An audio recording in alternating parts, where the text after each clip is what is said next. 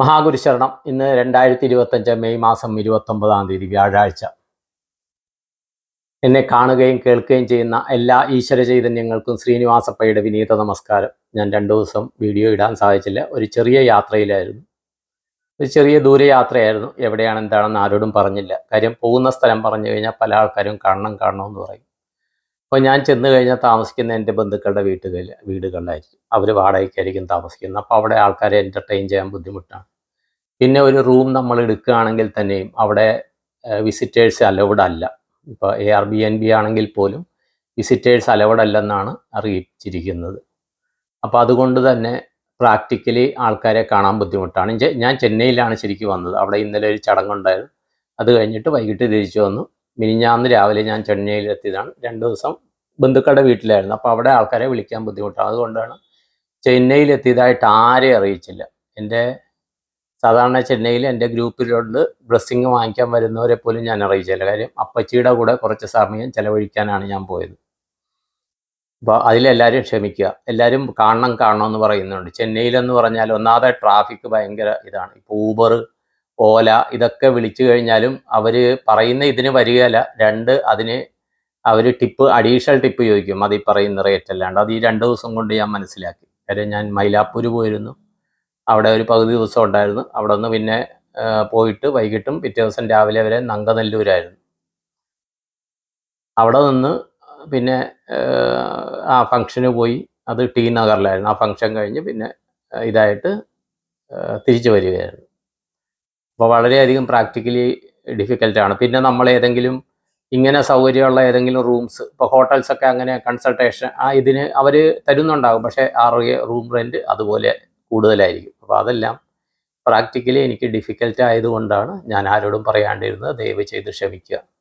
അതുകൊണ്ടാണ് 2 ദിവസം എനിക്ക് വീഡിയോ ഇടാൻ പറ്റാണ്ടിരുന്നത്. പക്ഷേ ഈ സമയങ്ങളിലും നമ്മുടെ ശ്രീ നാരായൺ എൻ്റെ അനന്തരവൻ എടുത്ത വീഡിയോസ് കുട്ടൂസിൻ്റെ വീട്ടിൽ വെച്ചെടുത്തത് കംപ്ലീറ്റ് അത് ഇട്ട് കഴിഞ്ഞു. അതുകൂടാണ്ട് കുട്ടൂസിൻ്റെ അച്ഛൻ അയച്ചു തന്ന, പേഴ്സണലി എനിക്ക് അയച്ചു തന്ന ആദ്യം കുട്ടൂസ് ഒരു മാലയിട്ട് നിൽക്കുന്ന ഒരു ചെറിയ വീഡിയോ അതിട്ടു.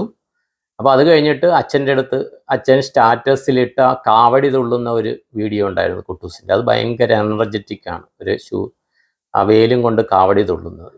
അപ്പോൾ അത് എനിക്ക് ചോദിക്കണമെന്നുണ്ടായിരുന്നു. അദ്ദേഹത്തിൻ്റെ സ്റ്റാറ്റസിൽ കുറേ നാൾ മുമ്പ് ഞാൻ കണ്ടായിരുന്നു. പക്ഷേ ഞാൻ ചോദിച്ചില്ല. പക്ഷേ ഇന്നലെ വൈകിട്ട് അതും എനിക്ക് അച്ഛൻ ഇട്ട് തന്നു. ഞാൻ ചോദിക്കാണ്ട് തന്നെ ഇട്ട് തന്നു. അപ്പോൾ ഞാൻ സുനിലേട്ടന് ഞാൻ മറുപടി അയച്ചു. സുനിലേട്ട, ഈ വീഡിയോ ഞാൻ ചോദിക്കാനിരുന്നതാണ്, പിന്നെ ഞാൻ ചോദിച്ചില്ല എന്ന് പറഞ്ഞു. അപ്പോൾ സുനിലേട്ടൻ എനിക്ക് പറഞ്ഞ മറുപടി, സാറേ അത് സാറിങ്ങനെ ഇത് ചെയ്യുമ്പോൾ മകൻ എൻ്റെ അടുത്ത് സാറിന് തരാൻ പറഞ്ഞ് അറിയിക്കും എന്ന് പറഞ്ഞു. ആ ഒരു എനർജി കണക്ഷൻ ഭയങ്കരമായിട്ടുണ്ട്. ഈ പറയുമ്പോഴെൻ്റെ ഇതിൽ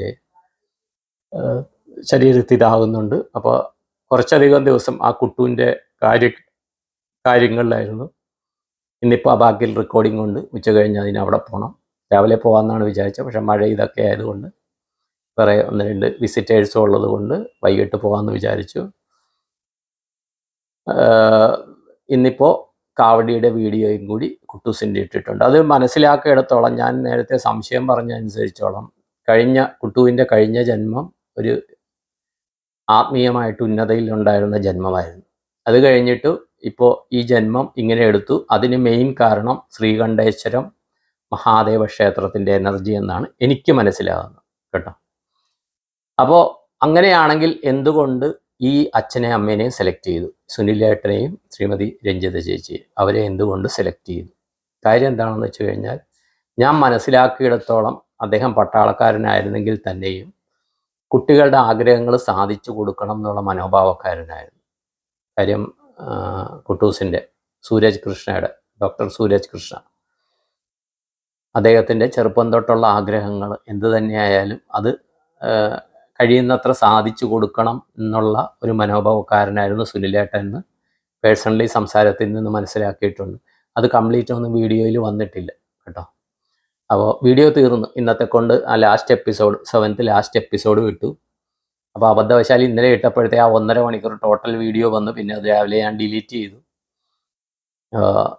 അതിൽ കുറേ അധികം ആ വീഡിയോകളിൽ സൗണ്ടിൻ്റെ പ്രശ്നമൊക്കെ വന്നിട്ടുണ്ട്. ദയവ് ചെയ്ത് ക്ഷമിക്കുക. കാര്യം അത് കുട്ടൂസിൻ്റെ റൂമിലെ നാച്ചുറൽ സൗണ്ടാണ് കേട്ടോ. അവിടെ ഞങ്ങൾ വേറെ ഒന്നും ചെയ്തിട്ടില്ല, ഫാൻ ഓഫാക്കിയിട്ടില്ല. പിന്നെ കുട്ടൂസ് എപ്പോഴും പാട്ട് കേട്ടുകൊണ്ടിരിക്കും. അപ്പോൾ ആ പാട്ട് ഞാൻ പറഞ്ഞു നിർത്തണ്ട ചേട്ടാ, അത് ചെറുതാക്കിക്കോളാൻ പറഞ്ഞു. അപ്പോൾ അതിൻ്റെ സൗണ്ട് ഉണ്ടായിരുന്നു. അതിനകത്താണ് ഈ സംസാരം വന്നിരിക്കുന്നത്. അപ്പോൾ അവിടെ കുട്ടുവിൻ്റെ പ്രസൻസിലാണ് സുനിലേട്ടനും രഞ്ജിത ചേച്ചിയും ഞാനും സംസാരിക്കുന്നത്, നമ്മുടെ പ്രിയങ്കരനായ നാരായണൻ വീഡിയോ എടുക്കുന്നത്. അപ്പോൾ അതിൻ്റെതായ ആ ആരവം ആ വീഡിയോയിലുണ്ട്. അനിയൻ സന്ദീപ് താഴെയായിരുന്നു കേട്ടോ. അപ്പോൾ അതിൽ സൗണ്ടിൻ്റെ ഇതൊക്കെ ചില ഏറ്റക്കുറച്ചിലുകളുണ്ട്, പക്ഷേ കേൾക്കുക പലർക്കും കാര്യങ്ങൾ മനസ്സിലായി. അപ്പോൾ ടെക്നിക്കലി സാധാരണ നമ്മൾ റെക്കോർഡ് ചെയ്യുന്ന പോലെയാണ് അത് ചെയ്തത്. ഇപ്പോൾ ഇതിലാണെങ്കിൽ തന്നെ ഞാൻ ക്യാമറയുടെ അടുത്ത് തന്നെ ഇരുന്ന് മൈക്കൊക്കെ വെച്ചെടുക്കുന്നുണ്ട്, അതുകൊണ്ട് വലിയ കുഴപ്പമില്ല. ഫാൻ ഇട്ടിട്ടില്ല, അതുകൊണ്ട് വലിയ കുഴപ്പമില്ല. പക്ഷേ അവിടെ അത് നാച്ചുറൽ സൗണ്ടാണ്. കുട്ടുവിൻ്റെ റൂമിൽ നാച്ചുറൽ സൗണ്ടായിരുന്നു. അത് കഴിഞ്ഞ് താഴെ വന്നു കഴിഞ്ഞിട്ട് അത് കണ്ടിന്യൂവേഷനാണ് ആ വീഡിയോ. അത് വരുന്നു. പിന്നെ ഡയാന, കുട്ടുവിൻ്റെ ഇഷ്ടപ്പെട്ട നായ്ക്കുട്ടി, അതിൻ്റെ അടുത്ത് പോകുന്നു. അതിങ്ങനെ മണം പിടിക്കുന്നു. കാറിൻ്റെ അകത്ത് ഇത് ചെയ്യുന്നതെല്ലാം മനസ്സിലായോ?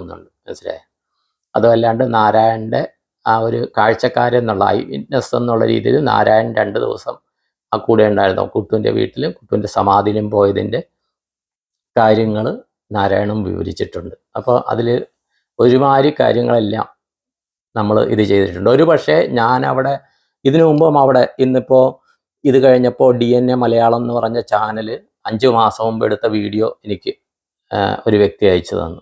അപ്പോൾ നമ്മുടെ ഇത് കണ്ടിട്ടാണ്. അപ്പോൾ അവർ വളരെ നല്ല രീതിയിൽ സമാധിയിലെയൊക്കെ വീഡിയോ എടുത്തിട്ടുണ്ട് അവർ. അന്ന് ഈ സുനിലേട്ടൻ, രഞ്ജിത ചേച്ചി, അനിയനൊക്കെ ഭയങ്കര സങ്കടകരമായ അവസ്ഥയിലാണ്. ഒരു പക്ഷേ നേരത്തെ ആയിരുന്നെങ്കിൽ ആ വീഡിയോ ഞാൻ നോക്കുകയല്ലേ. ഇന്ന് ഞാൻ നോക്കി തുടങ്ങി. കാര്യം ഇന്ന് അവരെ എന്ന് പറഞ്ഞാൽ കുട്ടുവിൻ്റെ ജന്മലക്ഷ്യം എന്താണെന്ന് അവരെ പറഞ്ഞ് മനസ്സിലാക്കാനായിരിക്കാം ഒരുപക്ഷെ കുട്ടു തന്നെ എന്നെ അങ്ങോട്ട് നിയോഗിച്ചതെന്ന് തോന്നുന്നു. കാര്യം അത് പാസ്റ്റ് ലൈഫുമായിട്ടൊക്കെ കുട്ടുവിൻ്റെ സോളുമായിട്ട് ചില കണക്ഷൻസ് ഫീൽ ചെയ്യുന്നുണ്ട്. അത് ഏതാണെന്ന് പോകെ കംപ്ലീറ്റ് ആയിട്ട് അറിഞ്ഞാൽ ഞാൻ പറയാം. പലർക്കും പല ഇൻഫർമേഷൻസ് കുട്ടൂസിൻ്റെ ഇത് കിട്ടുന്നുണ്ട്. ശിവ തലത്തിലായിട്ട് കിട്ടുന്നുണ്ട്, മുരുകൻ്റെ ഇതിലായിട്ട് കിട്ടുന്നുണ്ട്, നാഗചൈതന്യങ്ങളൊക്കെ ആയിട്ട് കുട്ടൂസിൻ്റെ എനർജി ആയിട്ട് കണക്റ്റ് പലരും ആയത് പേഴ്സണലി എന്നോട് പറയുന്നുണ്ട്. അതിൻ്റെ ആ എനർജി, അതിൻ്റെ ആ സാന്നിധ്യം എന്താണെന്ന് എൻ്റെ തലത്തിൽ നിന്ന് എളിയ രീതിയിൽ എനിക്കും മനസ്സിലാകുന്നുണ്ട് കേട്ടോ. പക്ഷേ അത്യാവശ്യ കാര്യങ്ങളിൽ മാത്രം കുട്ടുവിൻ്റെ എനർജീനെ ഇത് ചെയ്യുക.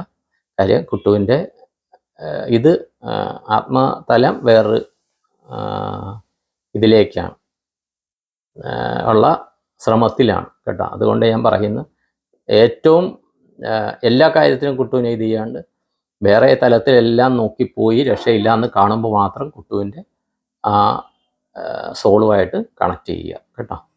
കാര്യം കുട്ടുവിൻ്റെ തലം ഇപ്പോൾ ശരീരത്തിൽ ഇല്ലെങ്കിൽ തന്നെയും അച്ഛനമ്മമാർ വിളിച്ചാൽ അവിടെ അപ്പം തന്നെ എത്തും, അവർ മനസ്സിൽ വിചാരിക്കുമ്പോൾ എത്തും. പക്ഷെ നമ്മളൊക്കെ ഇത് ചെയ്യുമ്പോൾ അദ്ദേഹത്തിൻ്റെ ആത്മതലത്തിലും അതൊരു വ്യക്തിത്വം ഉണ്ടെന്നും അദ്ദേഹത്തിൻ്റെതായ ജീവിതയാത്ര, ഈ പരാശക്തിയിലേക്കുള്ള യാത്രയിൽ, പരമാത്മാവിലേക്കുള്ള യാത്രയിൽ കുറേയധികം കാര്യങ്ങൾ ചെയ്യാനുണ്ടെന്നും മനസ്സിലാക്കുക.